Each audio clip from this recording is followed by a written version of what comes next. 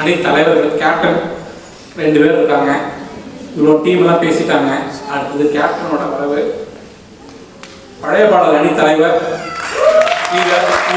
அறிமுகம்லாம் தேவையில்லை. நாம Walmart shopping போகிற மாதிரி இவர் பட்டிமன்றம் பேசிட்டு வந்துடுவாரு. தமிழ் பள்ளி ஆசிரியர், முதல்வர், பட்டிமன்ற பேச்சாளர், பட்டிமன்ற பீஷ்மர். கலக்குங்க. நன்றி நண்பர்களே. இனிய தமிழை ரசிக்க வந்திருக்கும் சென்னை டாக்கீஸ் ரசிக பெருமக்களே, பேசிட்டு போன ஜனனி பேசினாங்களா எங்க பேசினாங்களா தெரியல. இப்போ புதுமையை பத்தி நிறைய பேசிட்டு போனாங்க. இன்னைக்கு பட்டிமன்றம் தான். ஆபீஸ்க்கு போனா கம்ஃபர்டபுளா ஜீன்ஸ் டிஷர்ட்ல போவாங்க, ஷாப்பிங் போனா லெகின்ஸ் டிஷர்ட் போட்டு போவாங்க. அமிர்தன் ஷார்ட்ஸோட வால்மார்ட்ல கூட பார்த்துருக்கேன். அப்படியே புதுமையா வந்துருக்கலாம்ல. இன்னைக்கு பட்டிமன்றம்னா பாரம்பரியம்னா சர்ச்சைலாம் எடுத்துட்டு வரணும். ஒட்டிக்கு நடத்துற ஜனனியே வீட்டுல இருந்து தேடி எடுத்து நல்ல ஒரு பட்டு போகப்பட்டு இருக்காங்க. அழகான பேசி சரியாக வந்திருக்காங்க. பட்டு பாவாயிலும் அஸ்ரிதா சொன்ன இன்னொரு பாயிண்ட்டுங்க. 700 திருக்குறள் தெரியும் சொன்னாங்க இல்லைங்களா? அப்போ பேசிட்டு இருந்தோம். என்ன திருக்குறள் அர்த்தமும் தெரியும் அப்படின்னாங்க. துப்பா என்ன கஷ்டமான பொருட்கள் அர்த்தம் தெரியுமா? நாம அதுவும் தெரியும், அர்த்தத்தான் சொன்னாங்க. இந்த அஸ்ரிதா 2 பார்க்க மீனிங் கேட்குறீங்க. ஆளுமா டோலுமா இஸ்தால களிமா ஆளுமா நம்ம அர்த்தமா சொல்லுமா பாட்டு கட்டப்பட தெரியாதுங்க. என்ன அந்த பாடல அதில் கேட்குமா? இந்த மாதிரி அதாவது பாட்டுல தப்பா ஏதாவது வரிகள் வந்தா சினிமால டைலாக் தப்பா இருந்தா பீப் சாங் போடுவாங்க. பீப் சாங்னே போட்ட ஜென்ரேஷன் அந்த ஜென்ரேஷன். சொல்லுவாங்க. அதாவது எதுலையுமே 80% நல்லா இருக்கு, 20 தப்பா இருக்கும் அப்படின்வாங்க. அந்த மாதிரி இருக்கு. ஆமா, மறைமுகமா இலைமறை காயா எங்க நாங்க ரசிக்கிற பழைய பாடல்களையும் காமம் ஒளிந்து இருக்கிறது. ஆனா இன்னைக்கு 80% பாடல்கள் ஓப்பனா வச்சிருக்கீங்க. அதுதான் தப்புன்னு சொல்றோம். நாங்களே ஒழிக்கிறோம். இப்போ அவர்கள் ஜனனி தான் இங்க பேசினாங்கன்னா நம்ம அமிர்தன் தான். பாட்டி சொல்ல தட்டாது நெகப்பட்டு பண்ணாரு. அந்த மாதிரி ஒரு ஒழுங்கா கேட்டு வளர்க்கப்பாங்கிற பாட்டையும் நாங்க வச்சிருந்தோம். இவங்க வச்சிருக்காங்க நாட்டாமையில வில்லை பேசுற பேச்சு. தாய் கிழவி கத்துறது. அதை வச்சு நீங்க ஒரு பொயட்டு பாக்குறது. தாய் கிழவி பாட்டு இல்லைங்க. உணதான் சொன்னாங்கன்னு நினைக்கிறேன். பழைய பாடல்கள் மனைவி மாதிரி, புதிய பாடல்கள் காதலி மாதிரி அப்படின்னு உருகி பாலாஜி வயிறு நெக்லஸ் வாங்கி கொடுக்குறாரா. கல்யாணம் ஆகி விடுத்து பசங்க போயாச்சு. ஆனா வயிறு நெக்லஸ் வேணும்னா பழைய பாட்டு. வீட்டுல பாத்திரங்களுக்கு போகும்போது புது பாட்டு. இப்ப இதுல எங்க யார் பிரச்சனை நீங்களே பாருங்க. எல்லாம் விடுங்க. புத்தாண்டு வந்துச்சு. நான் இன்னைக்கு வரைக்கும் நம்ம என்ன பண்ணிட்டு இருக்கோம்? 30ஆம் தேதி நம்ம எல்லாருக்கும் மீன்ஸ் வரும். 2 வீலர் தொடச்ச ஓராயில் பண்ணிட்டு இருக்காரா அப்படின்னு. அப்புறம் 30ஆம் தேதி மீன்ஸ் சொல்றாங்க. ஆக்சுவலா பல வண்டி போட்டு வச்சிட்டாங்களா. அப்புறம் 1ஆம் தேதி 12 மணி ஆன உடனே நம்ம வாட்ஸ்அப் ஃபுல்லா ஒரே மெசேஜ் தான் ஃபிளட் ஆயிருக்கும். Hey everyone, wish you all happy new year அப்படிங்கிற உலக நாயகன் அப்படியே வண்டி ஓட்டிட்டு அந்த பாடலுக்கு ஈவினிங் எதுவுமே இல்லைன்னே கிடையாது. சரி, புத்தாண்டோட ஜோசியம் 5 நாளைக்கு அதே போல் வந்துட்டு இருக்கோம். முடிஞ்ச 6ஆம் தேதி தட்டி எழுப்பி பொங்கல் வந்திருப்போம். பொங்கலுக்கு வந்து திருப்பி அதே 90கள் ஒரு பாட்டு. தை பொங்கலும் வந்தது பாட்டு பொங்கல் பாட்டு சொல்லி அதுவும் இளையராஜா மியூசிக்ல மகாநதி பாடுதாங்க. இப்படி நம்ம வாழ்க்கையில ஒவ்வொரு மனதையும் மகிழ வைக்க வேண்டிய தடவை வரும்போது நம்ம கூட வர்றது எல்லாமே பழைய பாடல்கள் தான். ஈவன் ஏன் ஹாப்பி பர்த்டே கூட பழைய பாட்டு தான்.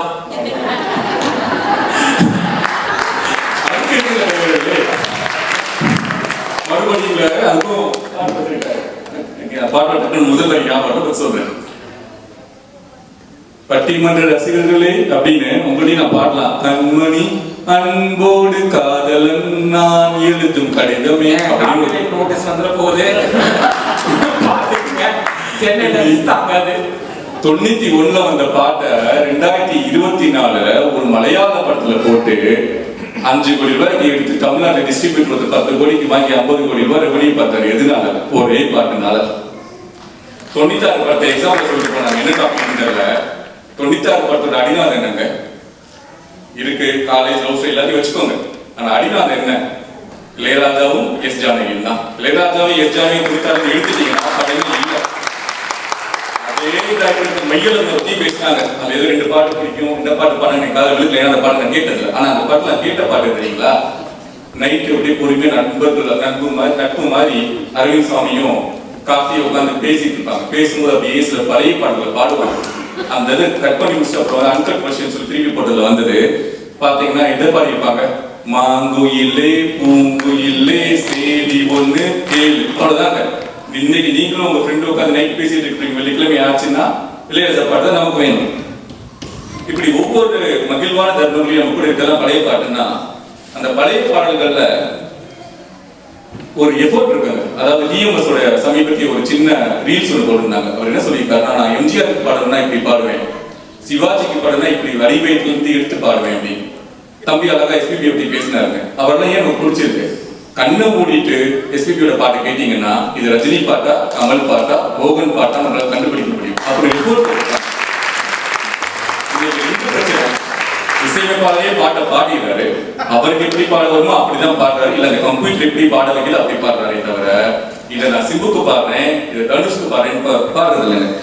இந்த மாதிரி இதெல்லாம் ரஜினி கமல் வித்தியாசம் பாடுறத விட நானும் என் மனைவி அன்னைக்கு வாக்கிங் போகும்போது சாதி மல்லி பூச்சாருமே அந்த பாட்டை கேட்டுருந்தோம். இது இந்த மம்முட்டியே பாடுற மாதிரி இருக்குன்னாங்க. யாருங்க பாடுறாங்க எடுத்து கூகுள் பண்ணி பார்த்தா அது எஸ்பிபி தான் பாடியிருக்காரு.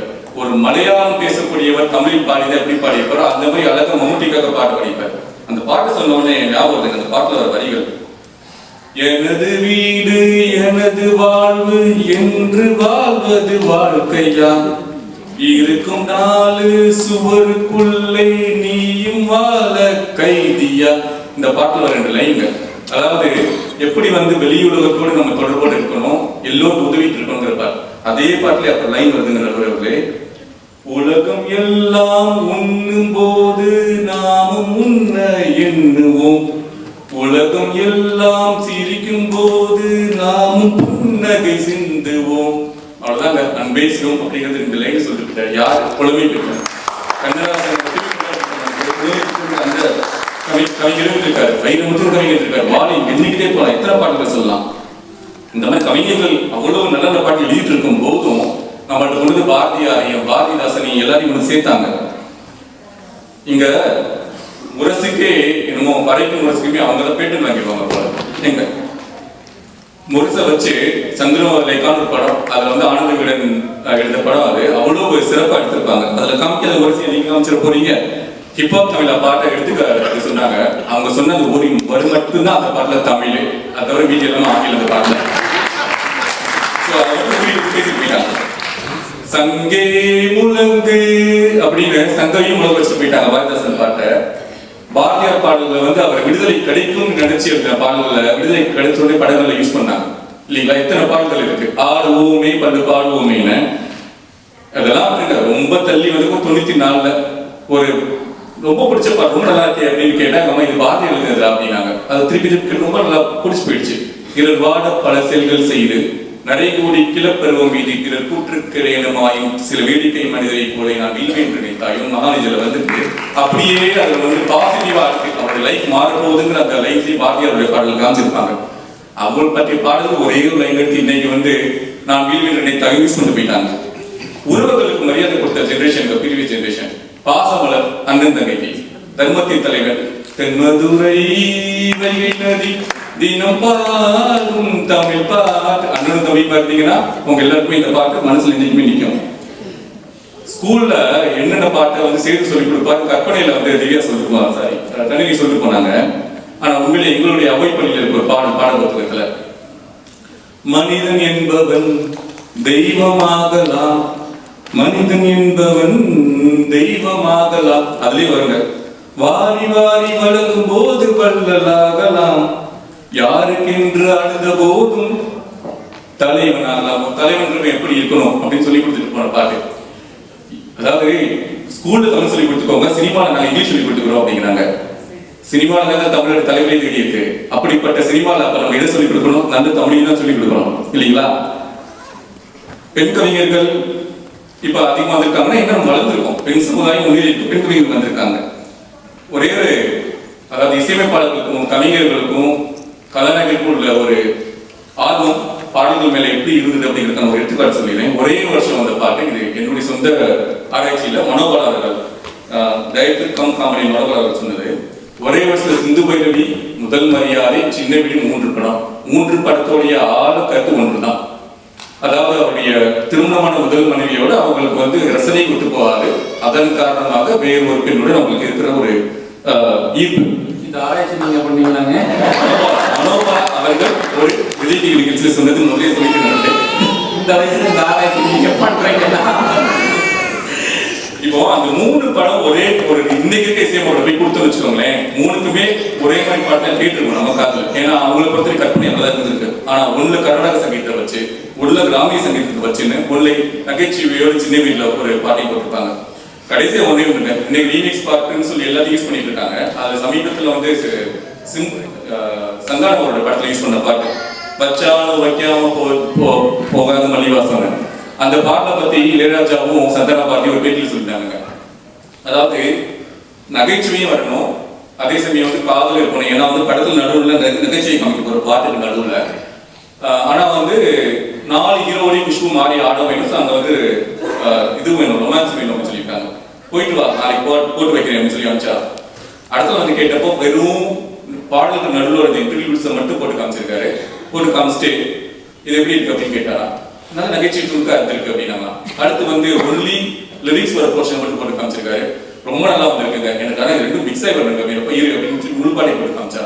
அப்படி போட்டு காமிச்ச ஒரு பாடல் வந்து இன்னைக்கு ரீமிக்ஸ்க்கு தேவைப்படுற அளவுக்கு வளர்ந்த பாடல். இந்த மாதிரி இசையமைப்பாளர்களும் கவிஞர்களும் கதாநாயகர்களும் உட்கார்ந்து யோசிச்சு பாட்டு எழுதினாங்க, பாட்டை உருவாக்குறாங்க. இன்னைக்கு வந்து கம்ப்யூட்டர் முன்னாடி உட்கார்ந்து வார்த்தைகள் எடுத்துக்கொண்டு தாய் கிழவி அது மாடோடுமான்னு பாட்டு எழுதி போயிடறாங்க. இந்த வார்த்தைகளை கவனிக்கிறதோட முக்கியத்துவத்தை பத்தி சொல்லிட்டு இருந்தாலும் கடைசி பாயிண்ட், இது 2 ஜெனரேஷன் கொடுத்த ஒரு பாடல் தான். அண்ணாமலை பாட்டுல வந்து வைகுந்தர்கள் எழுதியிருப்பாரு. ஏன்னா அவங்க வந்து ஹீரோ பாட்டு, அதனால ஹீரோவோட வியூ பாயிண்ட்ல எப்படி இருக்கணும் அப்படின்னு எழுதியிருப்பாரு. ஆக்சுவலா அங்க வந்து சொல்லியிருப்பாரு, அண்ணல் காந்தி குடிச்சதெல்லாம் ஆயில் வளர்க்கும் ஆட்டு பாடுங்க அப்படின்னு. அப்ப அந்த பாட்டு ஒரு 90 கேட்டு முடிச்சுட்டு 94ல ஏரமன் மியூசிக்ல கிழக்குச்சி மேல வருது. அடுத்து அதுல பாட்டு கேட்டுக்கிட்டீங்கன்னா அங்க வந்து தாய்மாமனுடைய கற்பனை எழுதியிருப்பார். அதே பேர் தான் அங்க எழுதியிருப்பாருன்னா, அட்டுப்பால் குடிச்சா ஐவழிஞ்சு போகும் எருமை பால் குடிச்சா எப்போ வந்து தீரும் கராம்பசி ஓட்டி வராண்டி தாய்மாமே. நான் இந்த மாதிரி கேட்கிறேன், என்னமா அங்க அண்ணல் காந்தி குடிச்சதெல்லாம் ஆயில் வளர்க்கும் ஆட்டுப்பால் எழுதியிருக்காரு, இங்க வந்து ஆட்டுப்பால் குடிச்சா அறிவழிஞ்சு போகலி வச்சிருக்காரு. கான்ட்ரவர்சியா இருக்கேன். இந்த கலைஞர்களுக்கெல்லாம் நீங்க மருத்துவ அறிவுரை வாங்காதீங்க. ஏன்னா அவங்க சொல்லியிருக்காரு ஒருத்தர், சுத்துது தலையும் சுத்துது கொப்புன்னு அடிச்ச வீரன்ல அது இந்த பாட்டு இல்லையா? சோ என்ன சொல்ல வரேன்னா, இந்த மாதிரி வார்த்தைகளை கவிஞர்கள் யோசிச்சு தாய்மாமன் உறவுக்குன்னா என்ன எழுதணும், பால்காரர்கள் எப்படி எழுதணும்னு. ஆனா அந்தந்த இடங்களையும் அது கிராமத்துல சொல்லக்கூடிய சொல்லவுடைய அந்த பாட்டுக்கு அண்ணல் காந்தியோட வரலாறு ஒரு பாட்டுக்குன்னும் யோசிச்சு கவிஞர்கள் எழுதிட்டு இருந்தாங்க. அதுபோல இன்றைக்கு பாடல்கள் அமைவதில்லை. அமைவதில்லை ஆணித்தரமான குற்றச்சாட்டாவே சொல்லிட்டு நாங்க பாடும்போது அத்தனை பழைய பாடல்களையும் கேட்டு ரசித்து கை தட்டிய உள்ளங்களுக்கு நன்றி சொல்லி மீண்டும் ஒரு முறை பழைய பாட்டை எவ்வளவு ரசிப்பீங்கன்னு காமிச்சிட்டீங்கன்னா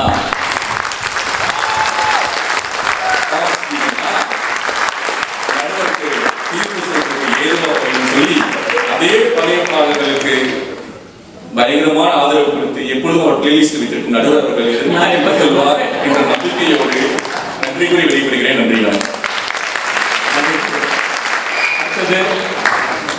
சிஎஸ்கே கேப்டன் அவருக்கு தான் சொல்ல ஆனந்த் சங்கர். இவர் வந்து பட்டிமன்றத்துக்கு ஒன்றும் புதுசு இல்லை, இவர் பல பட்டிமன்றங்கள் பேசியிருக்காரு. அதாவது இந்த சிவாஜி ரஜினி சொல்லுவாங்க, பணக்காரங்களுக்கு நான் சாஃப்ட்வேர் எழுதியே டயர்ட் ஆகிட்டேங்கிற மாதிரி டயர்டாகி இங்கே பட்டிமன்ற பேச்சாளராக வந்திருக்கேன்.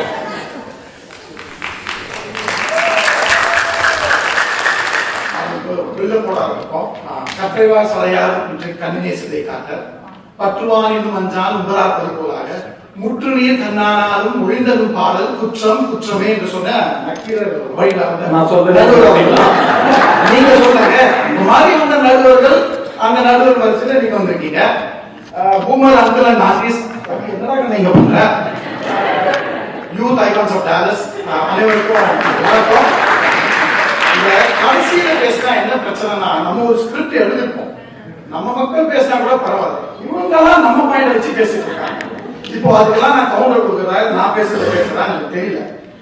நடுவர்களே ஏறதுக்கு முன்னாடி வைஃப் பேசிட்டு இருக்கோம், குழந்தைகிட்ட பேசிட்டு இருக்கோம். அவங்க 2 பேரும் பெரிய ஏஆர் ரஹ்மான் ஃபேனா அனிருத் ஃபேனா. நீங்க அம்மாக்கு உணர்ச்சி வசப்பட்டு தீர்ப்பை கொடுத்துட்டீங்கன்னா ஒரு டப்பா தான் கொடுப்பாங்க. சோறு முக்கியம், பார்த்து தீர்ப்பை சொல்லுங்க. கேட்க கேள்வி வந்து பழைய பாடலா புதிய பாடலா கேள்வி இப்படி இருக்குன்னா, தேசி டிஸ்ட்ரிக்ட் சௌராஷ்டிராக்கெல்லாம் சாப்பிட போறோமா கிராசரி வாங்க போறோமான்னு கேள்வியே பதில். அதாவது 92 வரைக்கும் இசை வந்து ராஜா வீட்டு கண்ணுக்குட்டியா, லிட்டில் இசை ராஜா வீட்டு கண்ணுக்குட்டியா. அன்னைக்கு அடிச்ச பேர் ஏஆர் ரஹ்மான். அன்னைக்கு அவுட்டுட்டாங்க கண்ணுக்குட்டியா. அன்னைக்கு ஆரம்பிச்சதுங்க இந்த இசை புரட்சி. எத்தனை கலைஞர்கள், எத்தனை இசைக்கலைஞர்கள். டூயட்னு ஒரு படம் வர வரைக்கும் சாக்ஸோபோன் ஒரு டிவைஸ் இருக்கிறது நமக்கு தெரியாது. அது கேட்டாரு எஸ்பிபி பாடியிருக்காரு, காதலே என் காதலியா, பின்னாடி கத்திரி கோபால்நாத்தோட சவுண்டு என்ன அர்த்தமா இருக்கும். அது மனசு ஒருத்துல, அது மனசு ஒருத்தீங்களா. இங்க வந்திருக்காங்க ஒரு லோக்கல் சூப்பர் ஸ்டார், அலைப்பாயுதே படத்துல அலைப்பாயுதே கண்ணான்னு ஒரு பாட்டு, கர்நாடக சங்கீதம், அதுக்கு ஒரு ட்ரம்ஸ் பேக்ரவுண்ட் கொடுத்து இங்க வந்திருக்க நெய்வேலி ரமாலட்சுமி அவங்க எத்தனை ஸ்டார்ஸ் வந்து அறிமுகப்படுத்திருக்காரு. ஆஸ்கர் பாட்டு, ஆஸ்கர் வந்து ஒரு தமிழ் பாட்டுக்கு கிடைக்கல, அதை நான் ஒத்துக்கிறேன். ஆனா ஆஸ்கர் மேடையில எல்லா புகழும் இறைவனுக்கு தமிழ் வழி ஒழிச்சிருக்காரு. அது ஏஆர் ரஹ்மானோட ஸ்பெஷல். அதாவது வந்து ஒரு விஷயம் சொல்றேன், அந்த காலத்துல வந்து சிறு கருவிகள்லாம் கொஞ்சமா இருந்தது, பாடல்கள் கொஞ்சமா இருந்தது, இருக்கிறத வச்சு நல்லா பண்ணிட்டு இருந்தாங்க. அதாவது புதிய பாடல் நல்லா இருக்குங்கிறதுக்காக பழைய பாடல் நல்லா இருக்குன்னு சொன்னதே கிடையாது, சொல்லவும் முடியாது. ஏன்னா ஞானி இளையராஜெல்லாம் ஒரு ஞானி, மகா ஞானி. அவரெல்லாம் வந்து ஒரு குரத்தில் வந்து அர்த்தமா பண்ணியிருக்காரு. ஆனா ஏஆர் ரஹ்மான் பண்ணது என்னன்னா இசை புரட்சி. இன்னைக்கு வந்து எத்தனை இசைக்கலைஞர் இருக்காங்க. ஜிவி பிரகாஷ் எடுத்துக்கோங்க, சந்தோஷ் நாராயணன் எடுத்துக்கோங்க, அவ்வளோ வெரைட்டி. மியூசிக் பாத்தீங்கன்னா 5.7, 5.1, 7.1, 9.1, spatial audio, DTS, Dolby digital, அப்படி எல்லா மாடர்ன் டெக்னாலஜி போட்டு பார்க்கறாங்க. ஒரு பாட்டு ஒரு எங்கே விழுந்த மழைத்துளியே எத்தனை நாளா எங்க இருந்தா அது ஒரு மழைத்துளி அப்படின்னு பேக்ரவுண்ட் வரும். மழைத்துளியெல்லாம் பேக்ரவுண்ட் போட முடியுமா? எனக்கு தெரியாது, இன்னைக்கு தெரியும். அப்புறம் இன்னைக்கு சொல்லிட்டு இருக்கோம், எல்லாருக்கும் தெரியும் ஜனகணமன இதெல்லாம் வந்து நம்ம நேஷனல் ஆந்தம்னு. ஆனா தாய் மண்ணை வணக்கம் உச்ச ஸ்தாயில ஏஆர் ரஹ்மான் பாடும்போது 92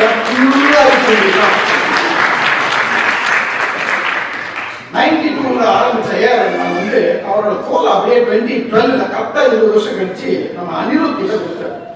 நம்ம அனிருத்தோட ஃபர்ஸ்ட் பாட்டு வந்து பெரிய ஃபேமஸ், வைரஸ் பதவி. ஏன் ஃபேமஸ் ஆச்சு சத்தியமா எனக்கும் தெரியாது, யாருக்குமே தெரியாது. பட் அதுதான் வந்து first viral song became super hit. Anirudh வந்து ஒரு நல்ல வேலை ஒன்று பண்ணிட்டு இருக்காங்க. இப்போ இருக்கிற குழந்தைங்கலாம் பார்த்தீங்கன்னா, அது அமெரிக்காவில் வாழ குழந்தைங்கலாம் அனிருத் இல்லைன்னா அவங்கெல்லாம் டெய்லர் ஸ்விஃப்ட், ட்ரேக் அப்படின்னு ஒரு மாடர்ன் ஹிப்ஹாப் ஒரு அமெரிக்க இசையை நோக்கி போயிட்டு இருக்காங்க. அந்த குழந்தைங்கலாம் தமிழ் பாட்டை இன்னைக்கு பாட வைக்கிறது வந்து அனிருத் தான். பழைய ஜெனரேஷன் அதிக ஜெனரேஷன் கனெக்ட் பண்ற காரணமே அனிருத் தான். என் பையனுக்கு வந்து ரஜினிகாந்த் யாரு, கமல்ஹாசன் யாரும் தெரியாது. விக்ரம் படம் வந்து நாயகன் மீண்டும் வரன்னு அவர் அந்த துப்பாக்கி எடுத்து போகும்போது oh this is our Kamal uncle அப்படிங்கிறான். ஜெயலலிதா காவாலா காவாலா Rajini uncle oh this is our Rajini uncle அப்படிங்கிறான். அதனால இவருக்கு கமலாதான் கொஞ்சம் கண்ணில் தெரியும், ரஜினிகாந்த் தெரியவே மாட்டேங்குது. அப்புறம் வந்து இன்னொரு விஷயம் சொன்னா, எங்க அனிருத் வந்து முற்றும் தெரிந்தவர்கள். 2 வருஷத்துக்கு முன்னாடி பின்னாடி என்ன நடக்கும்போது 2 வருஷத்துக்கு முன்னாடியே நடுவர்களே நான் ஒரு சிச்சுவேஷன் சொல்றேன், கொஞ்சம் சொல்லுங்க. ஒரு படம், ஒரு ஜெயிலு, அதுக்கு முன்னாடி ஒருத்தர் உட்கார்ந்துட்டு இருக்காரு. அவர் சொல்றாரு, ஏய் இங்க நான் தான் கிங்கு, நான் வைக்கிறதா ரூல்ஸ், அப்பப்ப ரூல்ஸ் மாத்திக்கிட்டே இருப்பேன், ஏதாவது பேசினா கலைச்சு போட்டுருவேன். இது என்ன படம், யாருக்காக நீங்க சொல்றீங்க ரஜினி, நீங்க சொல்றீங்க ஜெயிலு, நான் சொல்றேன் இந்திய சிச்சுவேஷனுக்கு எல் சால்வடார் ட்ரம்ப் திருப்பி பேசுறாங்க.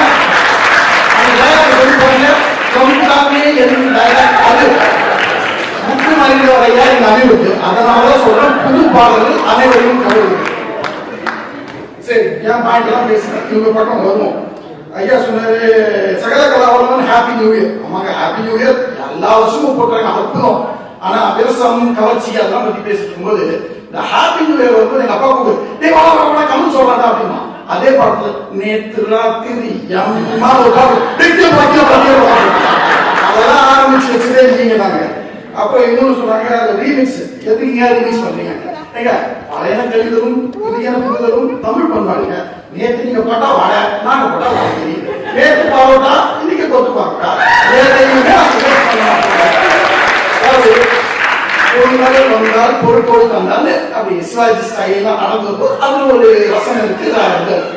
அதே பாட்ட தளபதி விஜய் ஒரு ராப்பா பாடுவது அது ஒரு கெத்து இருக்கு.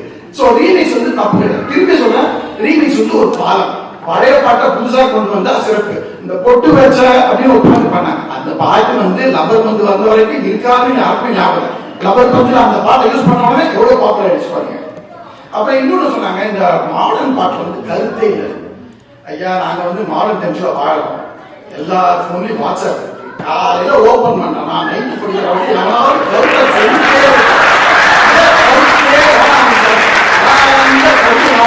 நீங்க சொன்ன மாதிரி கருத்தையெல்லாம் அக்கன் நாட்டா அத்தியே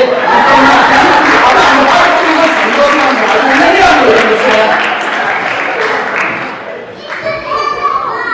அதுக்கப்புறம் இன்னொரு முக்கியமான விஷயம் யாரோ சொல்லிட்டு இருந்தாங்க. அது வந்து என்னன்னா, இந்த ஒரே இறைச்சலா இருக்கு, சத்தமா இருக்கு, என்னால தூங்க முடியல.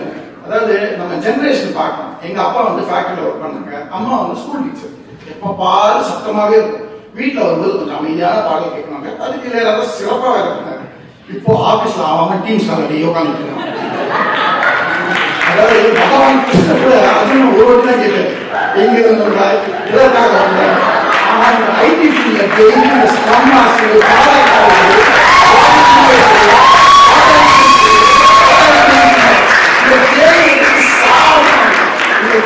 பதில் சொல்ல முடியாம அவன் நொண்டு நூடுல்ஸ் ஆகி வீட்டுக்கு வந்தா அம்மனி ஸ்காட்ச் கொடுத்தாங்க. ஸ்காட்ச் ஸ்காட்ச் பிரைட் ஆஃபீஸ் போறேன், பாது மேனேஜர் திட்டுறான், டேரக்டர் திட்டுறான், வீட்டுக்கு வரேன், கொண்டாட்டி பாத்திரம் சொல்றான். இந்த நேரத்துல சோதனை மேல் சோதனை போதுமடா சாமி அப்படின்னு 40 வயசுல அவன் டிப்ரெஷன் வந்து போயிட்டு இருக்கான். அந்த நேரத்துல ஒரு துள்ளல ஒரு பாட்டு போட்டுட்டு அது ஒரு கிளவ போட்டோமா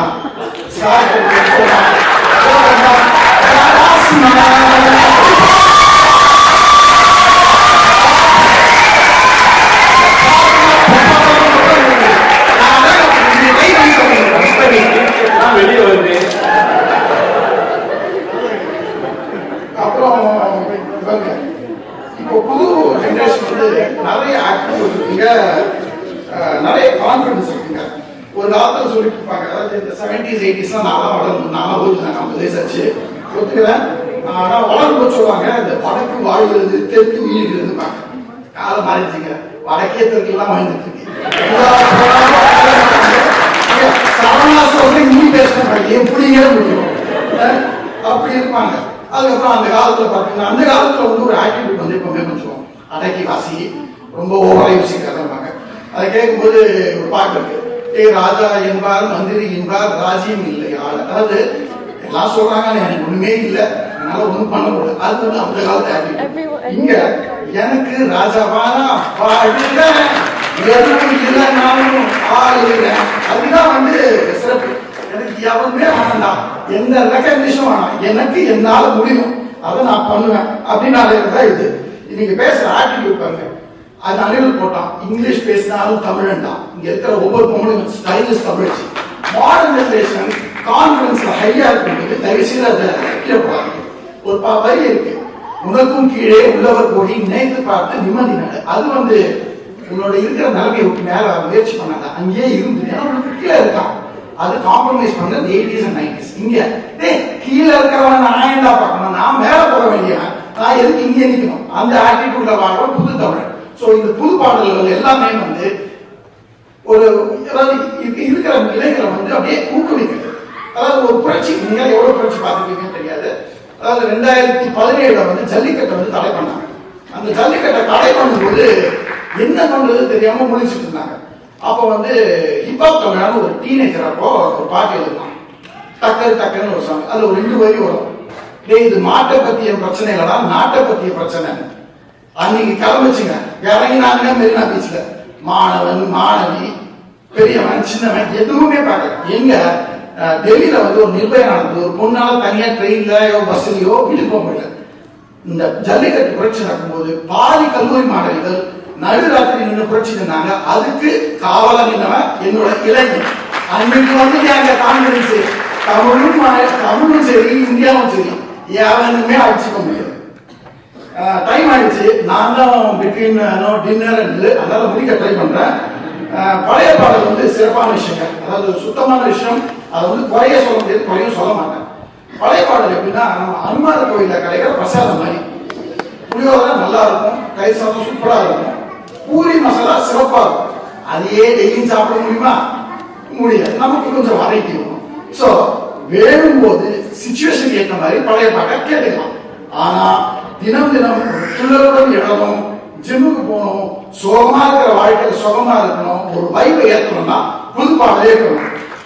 வாய்ப்பு கொடுத்த அனைவருக்கும்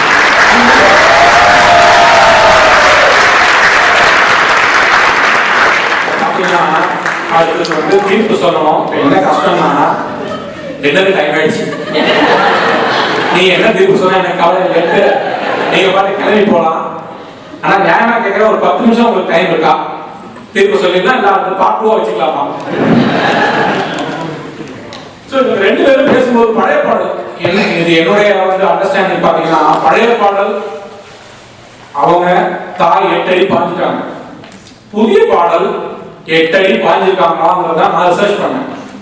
இப்ப ஒரு பாடல் நமக்கு எப்படி பிடிக்குதுன்னு பாத்தீங்கன்னா ஒரு 4 விஷயம், ஐ திங்க் சேது கரெக்டா சொன்னாரு. ஒரு 4 விஷயம், பாடல் வளம், குரல் வளம், அதெல்லாம் சொன்னாரு. நான் 4 பிரிவா பிரிச்சு பார்த்தேன். அதெல்லாம் காட்சி அமைப்பு, நடன அமைப்பு, இதெல்லாம் பாத்தீங்கன்னா பழைய பாடல்ல அந்த தொழில்நுட்பம் கிடையாது. இவங்க சொன்ன மாதிரி புது பாடல்ல பாத்தீங்கன்னா 7 உலக விஷயங்களை காட்டுறது. ஒரு காலத்துல வந்து பாடலுக்காக தியேட்டர்ல வந்து மக்கள் உட்கார வச்சது வந்து புது பாடல் தான், அதுல எந்த குறையும் கிடையாது. ஆனா அதை வச்சு புது பாடல அது ஒரு அளவோட வச்சுக்க முடியாது. கிராபிக்ஸ் வந்து இயக்குனர் சங்கர் வந்து அந்த ஜென்டில்மேன் ஆகட்டும், காதல்மணி ஆகட்டும், அவர் கொண்டு வந்த அந்த புதுமைகள்லாம் நம்மளைய தியேட்டர்ல பாட்டை பார்க்க உட்கார வச்சதுங்கிறது உண்மை, மறுக்க முடியாத உண்மை. அது ஒரு விஷயம். ஆனா அதை வச்சு ஒரு அளவுகளா வைக்க முடியாது. ஏன்னா நிறைய பாட்டு நம்ம கேட்கவே மாட்டோம், விஷுவல் கூட தெரியாது, ஆனா அந்த பாட்டு ஹிட்டா இருக்கும். இந்த புது காலையில் ஒரு பாட்டு, அதெல்லாம் வந்து நம்ம வந்து வந்தது கூட கிடையாது, ஆனா அது வந்து பயங்கர ஹிட். புத்தம் புது பூ பூத்ததோ தளபதியில் ஒரு பாட்டு வந்ததே கிடையாது. சோ காட்சி அமைப்புங்கிறத வச்சு ஒரு சொல்ல முடியாது. பட் ஆனா காட்சி அமைப்பு புது பாடல் தான் பெட்டரா பண்ணாங்க. அடுத்தது இசைன்னு பாத்தீங்கன்னு வச்சுக்கலாம், எம்எஸ் மும்மூர்த்திகள் நான் சொல்லுவேன், எம்எஸ்வி, இளையராஜா, அடுத்தது ஏஆர் ரஹ்மான். இவங்களுக்கு பின்னாடி நிறைய மியூசிக் டைரக்டர்ஸ் வந்திருக்காங்க. அதாவது புது பாடல் எனக்கு தெரிஞ்சு 92க்கு அப்புறம் அந்த இசையமைப்பாளர்கள் யாராவது, எஸ் ஏ ராஜ்குமார்னு ஒரு இசையமைப்பாளர் 90s கிட்ஸ்லாம் ரொம்ப பிடிச்சவர். அவர் போடாத மெலடி கிட்ஸே கிடையாது. அதே மாதிரி பரத்வாஜ், ஜிவி பிரகாஷ், நீங்க சொல்லுங்க, யுவன் சங்கர் ராஜா இல்லாம 90s கிட்ஸோட காதல் கிடையாது. இந்த மாதிரி ஒரு 90க்கு அப்புறம் ஏகப்பட்ட இசையமைப்பாளர்கள் வந்தது, ஒரு வெரைட்டி கிடைச்சதுங்கிறது வந்து 90க்கு அப்புறம் நடந்த ஒரு இதுதான். எஸ் ஏ ராஜ்குமார் பத்தி ஒரு குறிப்பு சொல்லணும்னா, அவர் கிட்டத்தட்ட 30க்கும் மேற்பட்ட பாடலாசிரியர்களை இன்ட்ரோடியூஸ் பண்ணியிருக்காரு. சோ உங்களுக்கு அந்த பாடலாசிரியர்களோட வரவும் பாத்தீங்கன்னா 90க்கு அப்புறம் தான் அதிகம். சோ இப்ப இசையில பாத்தீங்கன்னா எம்எஸ்பியா இருக்காங்க. இளையராஜா பாத்தீங்கன்னா கிட்டத்தட்ட 50 வருஷமா மியூசிக் இண்டஸ்ட்ரி ஆண்டுட்டு இருக்காரு. சோ அவரு நீங்க பழைய பாடலையும் நீங்க ஆர்கியூ பண்ணலாம், புது பாடலையும் ஆர்கியூ பண்ணலாம். கோவிட் அப்ப அந்த சைக்கோன் ஒரு படம் வந்தது, அது அவரோட மியூசிக். நீங்க அந்த பாட்டை போய் கேட்டு பாருங்க, அந்த படத்தோட படமே பார்க்கலாம், அந்த படம் எப்படிப்பட்ட படம், அந்த பாட்டோட அந்த மியூசிக்கே சொல்லிடும். அதுக்கப்புறம் இப்ப இருக்கிற மியூசிக் டைரக்டர்ஸ், ஐ திங்க் யாரும் இங்க ஒருத்தவங்க சொன்னாங்க, அதாவது ஏஆர் ரஹ்மான் வந்து அனிருத்துக்கு ஒரு அட்வைஸ் கொடுத்தாங்க அப்படின்னு. அதாவது நீங்க அந்த கர்நாடக இசை சங்கீதத்தை கத்துக்குங்க, அப்பதான் வாஞ்சி இருக்கும், உங்களோட கலை பயணம் வந்து நீண்டதா இருக்கும். அது ரொம்ப ரொம்ப உண்மை. இல்லைன்னு வச்சுக்கலாம், உங்களுக்கு அந்த கிரியேட்டிவிட்டி போயிட்டு பழைய அந்த அரைச்சமாவையே அரைச்சு அந்த மாதிரிதான் நடக்கும். அந்த வகையில பாத்தீங்கன்னா புது பாடல்ல இருக்கிற எல்லா ஒரு இப்ப இருக்கிற எல்லா இசையமைப்பாளர்களும் அந்த ஒரு பவுண்டேஷன் சொல்லப்படுற அந்த அடிப்படை தரத்தை அட்லீஸ்ட் அவங்க ட்ரை பண்ணிட்டு இருக்காங்கன்னு சொல்லலாம். பழைய பாடலுக்கு சொல்லவே வேணும், எம்எஸ்வி ஆகட்டும், இளையராஜா ஆகட்டும், அவங்க எல்லாம் வந்து பஞ்சமுகின்னு ஒரு ராகத்தையே கிரியேட் பண்ணியிருக்காரு இளையராஜா. சோ அதனால வந்து அவங்க பழைய பாடல் இப்ப வந்து பழைய பாடல் மனசை கவர்ந்ததுங்கிறது வந்து உண்மை. புது பாடல் கவர்ந்துருக்கா இல்லையான்னு பாக்குறதுதான் நம்ம. சோ இசையில வந்துட்டாங்க ஓரளவுக்கு, நம்ம இல்லைன்னா சொல்லவே முடியாது. அடுத்து பாடல் வரிகளை எடுத்துக்கிட்டீங்கன்னு வச்சுக்கோங்க, கண்ணதாசன் அவரை நீங்க அடிச்சு இன்னொரு பாடலாசிரியர் வந்ததா சரித்திரமே கிடையாது. ஒரு உதாரணத்துக்கு சொல்றேன், யுகபாரதி அப்படிங்கிற ஒரு இப்ப நவீன ஒரு எழுத்தாளர், நவீன பாடலாசிரியர், அவர்கிட்ட போய் ஒரு இசையமைப்பாளர் பாட்டு கேட்டிருக்காங்க, எனக்கு கண்ணதாசன் மாதிரி எழுதி கொடுங்க அப்படின்னு. இந்த நான் பேச நினைப்பதெல்லாம் நீ பேச வேண்டும்ன்றத அவரை அப்படியே மாத்தி இந்த கனா கண்டேனடி தோழி கனா கண்டேனடி எதையோ உன் வாய் சொல்ல தொடங்க அதையே என் வாய் சொல்லி முடிக்கன்னு அதை அப்படியே மாத்தி கொடுத்துருப்பாரு. அந்த மாதிரி சங்க தமிழையும் கண்ணதாசனையும் மாத்தி எழுதுறதுதான் புது பாடல். பட் ஆனா அது ஒரு முக்கியமான விஷயம். ஐ திங்க் ஜெர்மனி சொன்னாங்கன்னு நினைக்கிறேன். பெண் கவிஞர்கள் வந்து பழைய பாடல்ல இல்லவே இல்லை, பழைய காலத்துல இல்லவே இல்லை. அது எவ்வளவு பெரிய ஒரு விஷயம் பாருங்க. சமுதாயத்துல 50% பெண்கள் இருக்காங்க. அந்த பெண்களுக்கு வந்து அவங்களோட ஒரு ஒரு உணர்வுகளை சொல்றதுக்கு ஒரு பெண் கவிஞர்கள் இல்லாம போனது வந்து எவ்வளவு பெரிய ஒரு குறைபாடு. இப்ப தாமரை கட்டியதை பத்தி ஒரு கருத்து கேட்டாங்க. இந்த மாதிரி நீங்க பெண் கவிஞர்கள் எத்தனை நாள் இல்லையே, அதை பத்தி என்ன நினைக்கிறீங்க நீங்க? அவங்க சொல்லும்போது அழகா ஒரு வார்த்தை சொன்னாங்க. அதாவது பெண்களுக்காக ஆண் கவிஞர் எழுதுறது ஓகே, அதாவது பெண் இப்படிதான் யோசிச்சிருப்பா அப்படின்னு எழுதுறது ஓகே, இப்படித்தான் யோசிக்கணும் நீங்க எழுதுறது பாத்தீங்களா, அதுதான் வந்து ஒத்துக்கவே முடியாது அப்படின்னாங்க. இன்னொரு வார்த்தை அழகா சொன்னாங்க, தமிழ்ல தான் எழுதுவேன் அப்படின்னு தாமரை வந்து ஒரு அவங்களோட நிறைய நேர்காணல்.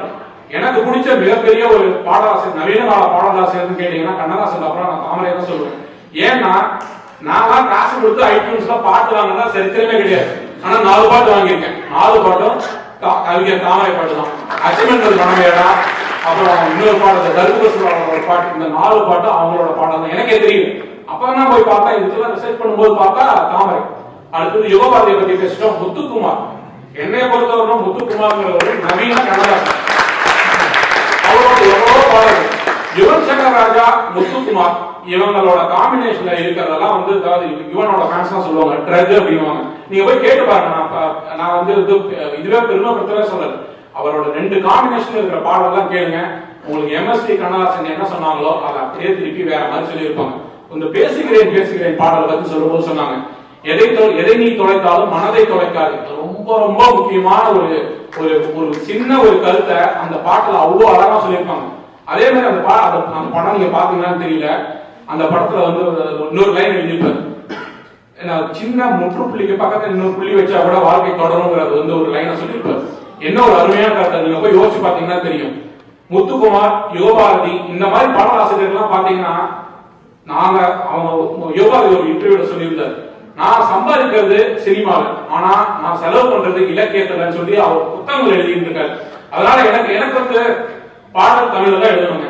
நீங்க தமிழ் பாடல்கள் தமிழ் எழுதுனீங்கன்னா தமிழ். திருக்குறள்ல பாத்தீங்கன்னா இது வந்து தாமரை சொன்னது ஒரு நேர்காணல்.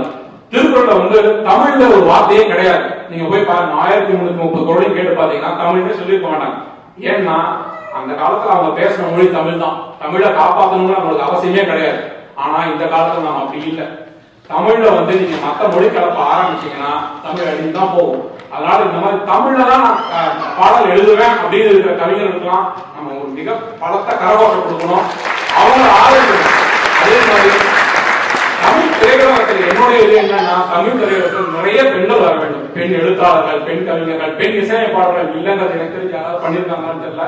பெண் இசையமைப்பாளர்கள் வர வேண்டும். அவங்க எல்லாம் வந்தாதான் இன்னும் அடுத்த கட்டத்துக்கு உண்டான ஒரு ஸ்டேஜுக்கு போகும். சரி, இப்ப நீங்க கேட்கலாம், பழைய பாடலா புதிய பாடலானா 2 பாடம் தாங்க. பழைய பாடல் இருக்கு, தாய் 8 அடி பாஞ்சிருக்கு, இந்த குட்டி 8 அடி பாஞ்சிருக்கு. அதனால நம்ம மனசை கலந்துட்டு நல்ல பாடல்கள் அது 2 பக்கமும் இருக்குன்னு சொல்லி எங்கள் சென்னை காட்டிற்கு ஒரு நன்றியை தெரிவித்து, அனைவருக்கும் நன்றியை தெரிவித்து, உங்களுக்கு என்ன தேவை இதுக்கு மேல நான் சாப்பிட மாட்டேன் அப்படின்னு சொல்லிட்டு உங்களுடைய அனைவருக்கும் நன்றி தெரிவித்துக் நன்றி, வணக்கம்.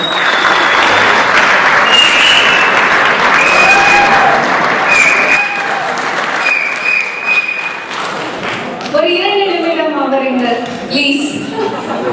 இவ்வளவு பொறுத்துட்டீங்க, இன்னும் கொஞ்ச நேரம் பொறுக்க மாட்டீங்களா?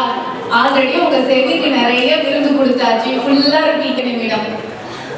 நம்ம பட்டிமன்ற பேச்சாளர்கள் எல்லாரும் ஒரு குரூப் செல்ஃபி எடுக்கணும்னு கேட்டுக்கிறாங்க, ஒரு ரசிகர்கள் எல்லாம்.